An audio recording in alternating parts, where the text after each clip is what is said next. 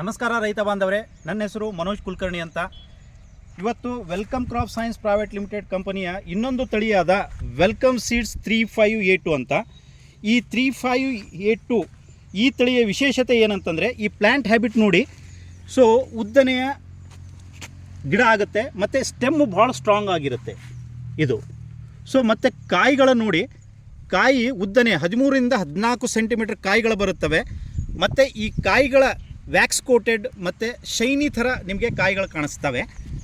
So ಈ ವಿಶೇಷತೆ ಏನು ಅಂತಂತಂದರೆ ಈ ಕಾಯಿದು, ಸೊ ಇದು ಎಲ್ಲ ಫಸ್ಟು ಕಟಾವು ನಿಮಗೆ 50ರಿಂದ 55 ದಿನಕ್ಕೆ ಬರುತ್ತೆ.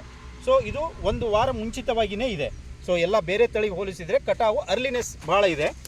ಸೊ ಇನ್ನೊಂದು ವಿಶೇಷತೆ ಏನಂತಂತಂದರೆ ಇದು, ಸೊ ಪ್ಲ್ಯಾಂಟ್ ಕಾಯಿಗಳ ಈ ಗಿಡದಲ್ಲಿ ಕಾಯಿಗಳು ಕಚ್ಕೊಂಡಿದ್ದ ಪ್ರಮಾಣ ಜಾಸ್ತಿ ಕಾಣುತ್ತೆ ನಿಮಗೆ ಎಲ್ಲ ಕಡೆ ನೋಡ್ಬೋದು. ಈಚ್ ಗಿಡಗಳನ್ನು ನೋಡ್ಬೋದು. ಸೊ ಕಾಯಿಗಳ ಪ್ರಮಾಣ ಜಾಸ್ತಿ ಇದೆ.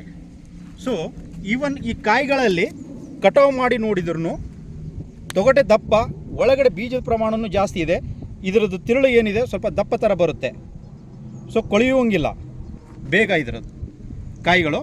ಇದರ ತೊಗಟೆ ತುಂಬೂ ನಿಮಗೆ ನೋಡ್ಬೋದು, ಗಟ್ಟಿ ಇದೆ ಭಾಳ. ಕಾಯಿಗಳ ನೋಡಿ ಸರ್ ಹೇಗಿದೆ.